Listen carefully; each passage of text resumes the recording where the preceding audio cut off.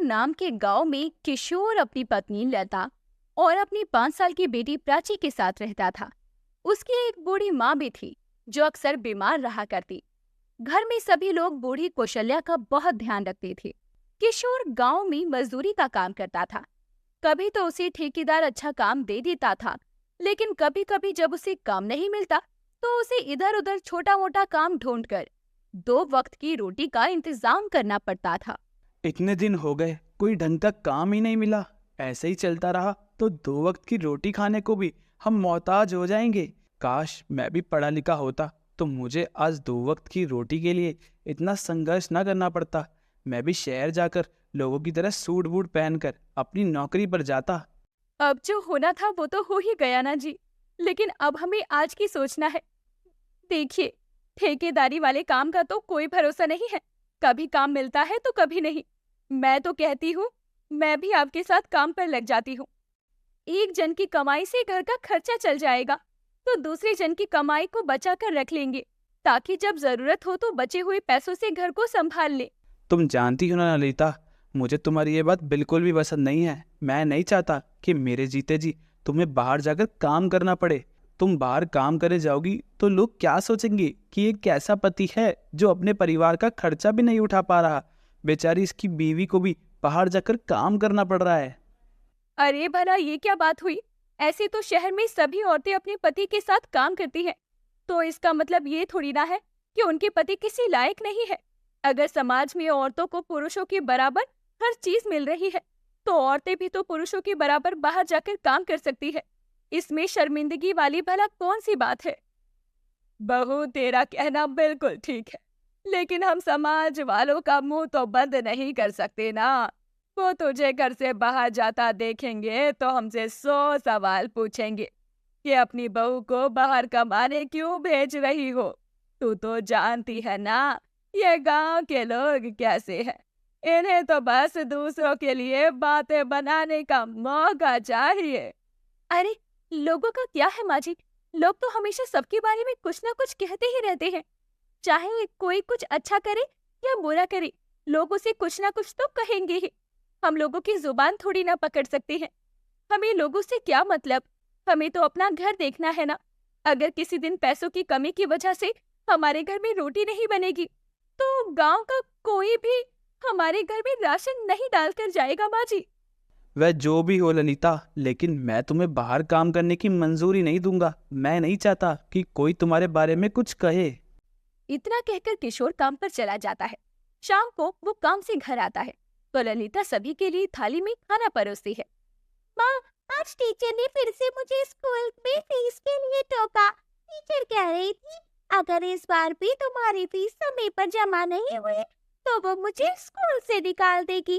Teacher हर बार सभी बच्चों के सामने मुझे ऐसा कहती है। मेरा तो अब इसीलिए स्कूल जाने का भी मन नहीं करता। मेरी क्लास के सभी बच्चे मुझे बहुत चिढ़ाते हैं। बेटा, तुम किसी की बातों पर ध्यान मत दो। मैं 1-2 दिन में तुम्हारे स्कूल की फीस जमा करवा दूंगा। अपनी टीचर को कहना कि मेरे पिताजी इस हफ्ते फीस जमा करवा देंगे। मैंने टीचर को ऐसा कहा था पिताजी, लेकिन तुम्हारा कहना ठीक है ललिता, लेकिन तुम ही बताओ, आखिर तुम मेरे साथ क्या काम करोगी? मैं नहीं चाहता कि तुम भी मेरी तरह मजदूरी करो। वहाँ धूप में पूरा दिन इतनी मेहनत करके मेरा हाल जो होता है मैं जानता हूँ। मैं नहीं चाहता कि तुम्हारा भी हाल वैसा हो।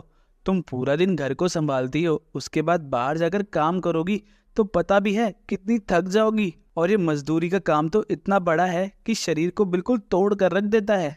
अगर ऐसा है तो सुनिए, हम दोनों मिलकर अपना कोई काम शुरू करते हैं। इससे आपको भी मजदूरी नहीं करनी पड़ेगी और हम दोनों मिलकर अच्छे पैसे भी कमा लेंगे। अपना कोई काम खोलने के लिए भी तो पैसों की जरूरत है। और तुम ही बताओ, हमें आखिर ऐसा कौन सा काम आता है जिसके दम पर हम अपना खुद का काम शुरू कर सकें? मुझे एक खाना बनाना अच्छा आता है। हम किसी ऑफिशियल फैक्ट्री के पास अपना रोटी सब्जी का ठेला लगाएंगे। रोटी सब्जी तो हमारे देश में सब लोग खाते हैं। इसके लिए हमें ज्यादा खर्च करने की भी जरूरत नहीं है। बाजार में जो भी मौसम की सब्जी आएगी उसे ही बनाकर बेचेंगे। आइडिया तो तुम्हारा अच्छा है, लेकिन सब्जी रोटी का ठेला लगाने के लिए भी हमें एक ठेला तो खरीदना ही होगा और खाना बनाने के लिए काफ़ी सारी सब्जी और आटा भी लेकर आना होगा। इन सब में ही बहुत खर्चा हो जाएगा, मेरे पास इतने पैसे नहीं हैं।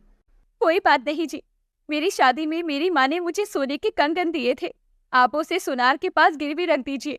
वो कंगन इस तरह रखे रखे वैसे भी तो मेरे कोई काम नहीं आएंगे। इससे अच्छा तो यही है ना, मैं उसके इस्तेमाल से अपना कोई काम शुरू कर लूं।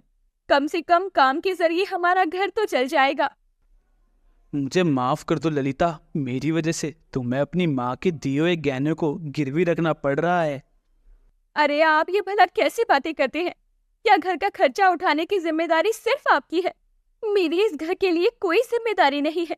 आपके साथ साथ फेरे लेते वक्त मैंने वचन दिया था कि जीवन में भले ही जैसी भी परिस्थिति हो, लेकिन हर परिस्थिति में आपका साथ निभाऊंगी। इसीलिए आज के बाद आप मेरे सामने ऐसी कोई बात नहीं करेंगे। अच्छा ठीक है, तुम जो कह रही हो मान लेता हूँ। मैं सुनार के पास जाकर तुम्हारा कंगन गिरवी रख देता हूँ। जब हमारे पास दोबारा पैसे आएंगे तो मैं तुम्हारे कंगन को वापस खरीद कर ले आऊंगा। किशोर सुनार के पास जाकर ललिता के कंगन को गिरवी रख देता है। उन पैसों से वो एक ठेला और रोटी सब्जी बनाने का सारा सामान खरीद कर ले आता है। अगले दिन सुबह जल्दी उठकर ललिता सब्जी बनाने की सारी तैयारी शुरू कर देती है।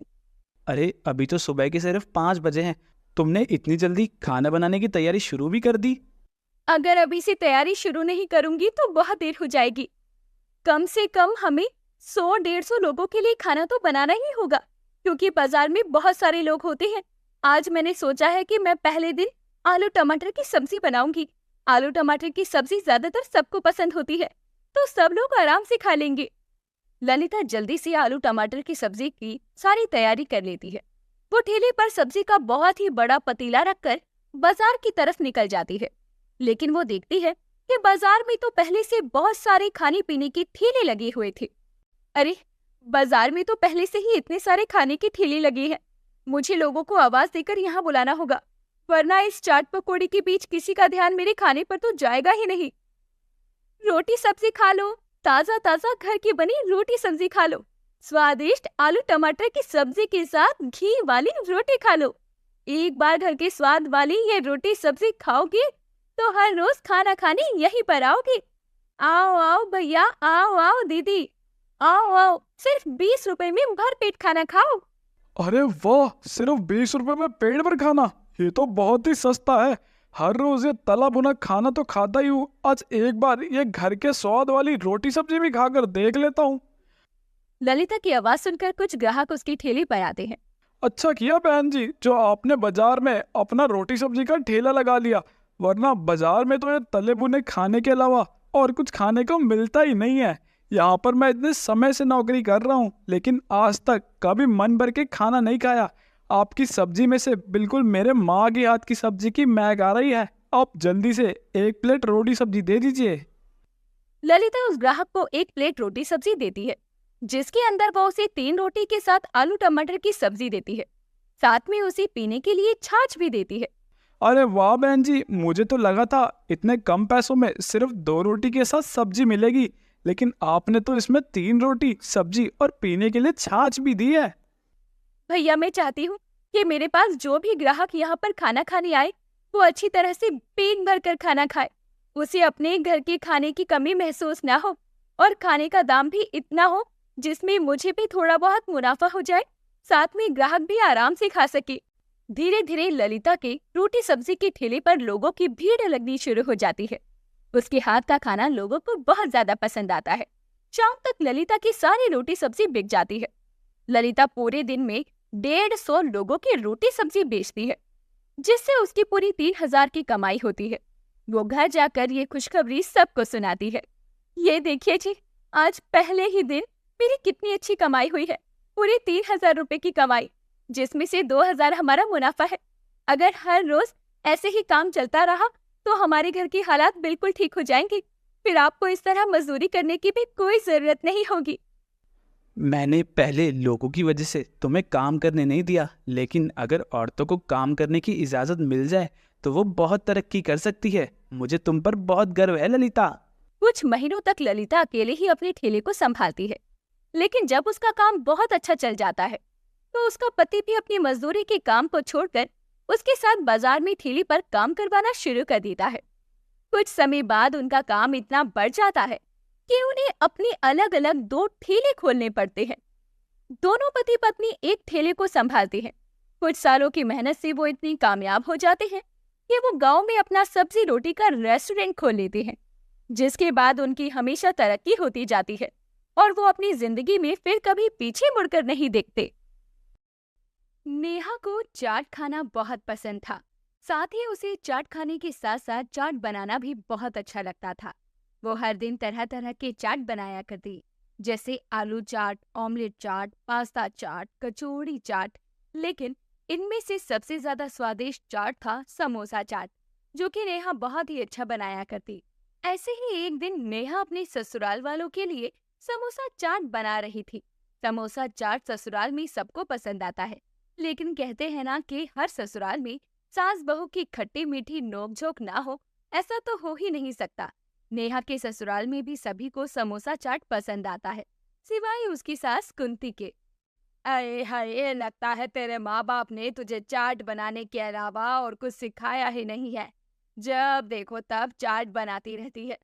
अरे भाई, इस दुनिया में चाट के अलावा भी और सी बहुत सी चीजें हैं जो खाने में बहुत स्वादिष्ट लगती हैं और लाजवाब होती है। लेकिन अब कौन दीवार पर अपना सर मारे, क्योंकि मेरी बहू को तो खाना बनाना आता ही नहीं है। चाहे मैं कितना भी बोल लूं, वो तब भी चाट का खानदान मेरे आगे लाकर परोस देती है। अरे माँ जी, आप एक बार समोसा चाट खाकर तो देखो, बहुत टेस्टी है। मुझे चाट खाना बहुत पसंद है, इसीलिए मैंने बड़े प्यार से चाट बनाई है। और आज तक कभी ऐसा नहीं हुआ है कि मैंने चाट बनाई हो और वो टेस्टी ना बनी हो। अरे तूने तो चाट बनाने में पीएचडी कर रखी है ना, इसीलिए तेरी चाट इतनी अच्छी बनती है। वहीं अगर मैं तुझे शाही पनीर और गाजर का हलवा बनाने को बोल दूं, तो तेरे कान से धुआं निकलने लग जाएगा। कोई बात नहीं माँ जी, मैं आपके लिए खाना बनाना भी सीख लूंगी। आपको खुश रखना ही तो मेरा धर्म है। फिर चाहे मुझे खाना बनाना पड़े या झाड़ू पोछा करना पड़े, मैं वो भी करने को तैयार हूँ।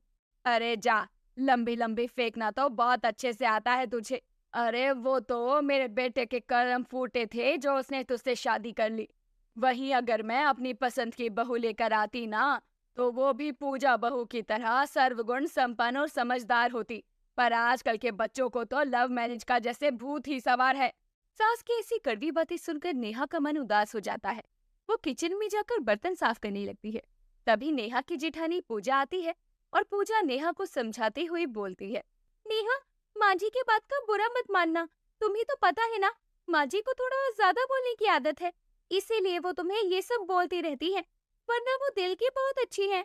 दीदी, मुझे माँ जी की बातों का बुरा नहीं लगा, लेकिन मैं बस इतना सोचती हूँ कि आखिर ऐसी कौन सी कमी रहती है जो माँ जी इतना बोलती हैं।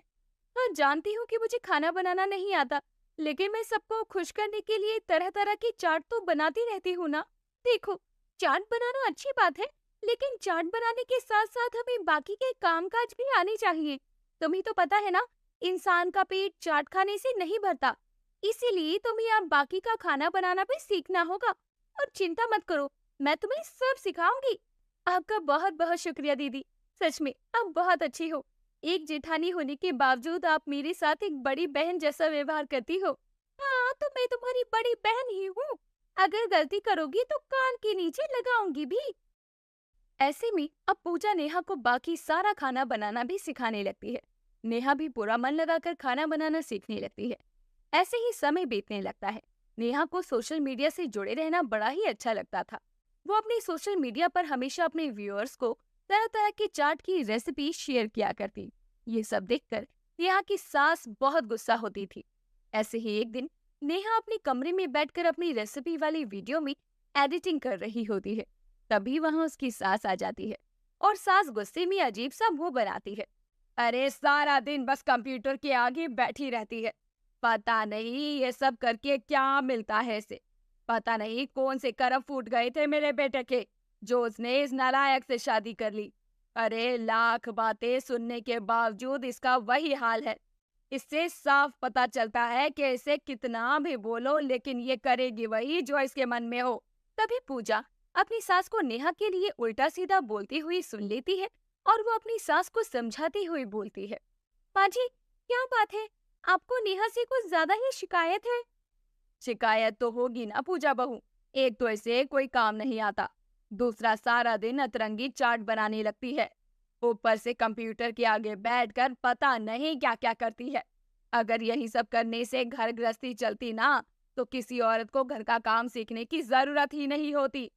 माँ जी, औरतों को घर के काम के साथ साथ बाकी के बाहर के कामकाज भी तो आनी चाहिए ना। वैसे भी नेहा खाना बना लेती है, फिर आपको नेहा से क्या शिकायत है? शिकायत तो बहुत है बेटा, वो शिकायत कभी खत्म नहीं हो सकती, क्योंकि मैं इसे बिल्कुल भी पसंद नहीं करती। माँ जी, बात को समझने की कोशिश करो। नेहा भी हमारे घर का हिस्सा है और हमें अपने ही परिवार के सदस्य से मुंह नहीं मोड़ना चाहिए। पता नहीं तुझे कब समझ आएगा बहू कि वो हमारे घर के लायक नहीं है। अगर मैं उसे बिल्कुल भी पसंद नहीं करती तो उसकी वजह ये है कि मेरे बेटे ने मेरे खिलाफ जाकर इससे शादी की है। अरे ऐसा क्या है इसके अंदर जो मेरे बेटे ने इससे शादी करने के लिए मुझसे भी बगावत कर ली? माँ जी, शादी तो दोनों ने की है ना, फिर आप एक से ही इतना गुस्सा क्यों करती हैं? नेहा दिल की बहुत अच्छी है। अरे रहने दे पूजा बहू, मुझे इस बारे में कोई बात ही नहीं करनी है। ऐसे ही समय बीतता जाता है, लेकिन नेहा की सास के मन में नेहा के लिए नफरत बढ़ती जाती है। नेहा के लाख कोशिश करने के बाद भी नेहा की सास नेहा को पसंद नहीं करती। ऐसे ही एक दिन नेहा का पति अमन और पूजा का पति विजय दोनों उदास चेहरा लेकर ऑफिस से घर आते हैं। उनका उदास चेहरा देखकर कुंती उनके पास आती है और कहती है, अरे क्या हुआ बच्चों, तुम दोनों उदास क्यों हो? सब ठीक तो है ना? माँ, हमारी जॉब चली गई, कंपनी को बहुत घाटा हुआ है, इसलिए कंपनी ने अपनी सब एम्प्लॉय को जॉब से निकाल दिया है। अरे बेटा कोई बात नहीं, दूसरी नौकरी देख लेना। इसमें इतना परेशान होने वाली बात ही क्या है? दुनिया में नौकरियों की कमी थोड़ी है। आपकी बात बिल्कुल ठीक है माँ, लेकिन हमें जिस काम का एक्सपीरियंस है हम उसी फील्ड में अपनी जॉब देखेंगे ना। और अचानक से जॉब जाने का मतलब ये होता है एकदम से कंडीशन खराब होना, क्योंकि हमने नहीं सोचा था कि आगे जाकर कभी हमें ऐसे दिन देखने को मिलेंगे। वही तो माँ, हम बहुत परेशान हैं। हमें कुछ भी समझ नहीं आ रहा कि हम क्या करें। अरे मेरे बच्चों, तुम बिल्कुल भी परेशान मत हो। मैं जानती हूँ कि थोड़ा वक्त लगेगा, लेकिन मुझे अपने बच्चों पर पूरा भरोसा है। तुम सब कुछ ठीक कर दोगे। अमन और विजय दोनों एक ही कंपनी में जॉब करते थे और अचानक से कंपनी बंद हो जाने से उनकी जॉब चली जाती है, जिस वजह से घर में आर्थिक स्थिति बहुत खराब हो जाती है। दोनों भाई जॉब की तलाश में थे, लेकिन दोनों में से किसी की भी जॉब नहीं लग रही थी। ये सब देखकर नेहा को बहुत बुरा लगता है और वो एक दिन अपनी सास से कहती है, माँ जी, मैं जानती हूँ कि अभी घर की स्थिति बहुत खराब चल रही है, साथ ही साथ घर के जो भी खर्चे हैं उसे भी मैनेज करना मुश्किल हो रहा है। मैं सोच रही थी क्यों ना मैं चाट बेचना शुरू कर दूं। मेरे हाथों की चाट लोगों को बहुत पसंद है। वैसे मैं कभी चाहती नहीं थी कि मेरे घर की बहू कभी ये सब काम करे, पर घर की स्थिति को देखते हुए मुझे तुझे ना चाहते हुए भी ये काम करने की इजाजत देनी पड़ेगी। माँ जी, आप मुझ पर भरोसा रखिए, मैं चाट बनाने में बहुत एक्सपर्ट हूँ। लोगों को सबसे ज्यादा मेरे हाथों का समोसा चाट पसंद आता है, इसीलिए मैं कल से ही समोसा चाट का बिजनेस करने की सोच रही हूँ। हाँ हाँ, बिल्कुल सही कह रही है। मैंने कभी तेरी तारीफ नहीं की, लेकिन आज मैं तुझे बता रही हूँ, तेरे हाथों के चाट बहुत स्वादिष्ट होते हैं और सबसे ज्यादा समोसा चाट। समोसा चाट बहुत अच्छा चलेगा। मेरी बात मान तो समोसा चाट बेचना ही शुरू कर दे। देखना, बहुत ही कम समय में तू बहुत बड़ी बिजनेस वूमेन बन जाएगी। हाँ, अगर आपका आशीर्वाद मेरे साथ रहेगा तो मैं वो हर काम कर लूंगी जो मैं करना चाहती हूँ। अब क्या था, नेहा अपने परिवार की सहमति से खुद का समोसा चाट का स्टॉल लगाती है। उसकी समोसा चाट बहुत ही टेस्टी हुआ करती थी, जिस वजह से उसके स्टॉल के पास में बहुत भीड़ लगी करती। ऐसे ही सब कुछ चलने लगा था। लेकिन कहते हैं ना कि जीवन में संघर्ष करना ही जीवन जीने की मूलभूत इकाई है। ऐसे ही एक दिन एमसीडी वालों ने नेहा को ठेला हटाने का लीगल नोटिस भेजा। ये देखकर नेहा बहुत परेशान हो जाती है, जिसके बाद नेहा की सास उसे समझाती हुई कहती है, घबराने की जरूरत नहीं है बेटा, जब तू इतना आगे बढ़ ही गई है तुझे पीछे नहीं हटना। एमसीडी वालों ने नोटिस भेजा है ना, तो ठीक है, हम सड़क पर समोसा चाट नहीं बेचेंगे। हम समोसा चाट के लिए नई दुकान देख लेते हैं। वैसे भी पब्लिक में भीड़ लगाना अच्छी बात नहीं है। ठीक है माँ जी, मैं दुकान देखना शुरू करती हूँ। हाँ, तू दुकान देखना शुरू कर दे और एक बात हमेशा याद रखना कि मैं हमेशा तेरे साथ हूँ। पहले मैं तुझे पसंद नहीं करती थी, लेकिन अब मुझे अपने ही किए पर पछतावा महसूस हो रहा है और आज ऐसा लग रहा है कि मेरे बेटे ने तुझसे शादी करके बिल्कुल सही फैसला लिया है। माँ जी, आपको नहीं पता, आपके मुंह से ये सुनकर मुझे कितनी खुशी मिल रही है। इसी दिन का इंतजार कर रही थी मैं। मुझे आपका प्यार और आशीर्वाद चाहिए और कुछ भी नहीं। अच्छा, तो ये सब छोड़ और जल्दी से दुकान देखना शुरू कर दे। सास का ऐसा सपोर्ट देखकर नेहा बहुत खुश होती है और वो अपनी समोसा चाट के लिए एक शॉप देखना शुरू कर देती है। आखिरकार उसे एक दुकान पसंद आ जाती है जिसमें नेहा अपना समोसा चाट का काम किया करती थी और अपने जीवन में हंसी खुशी से आगे भी बढ़ती है।